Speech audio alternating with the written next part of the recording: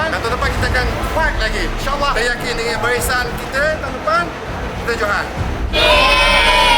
Gembira tak kita menang ni? Pastilah gembira. Tahun depan nak cuba lagi tak? Nak dah.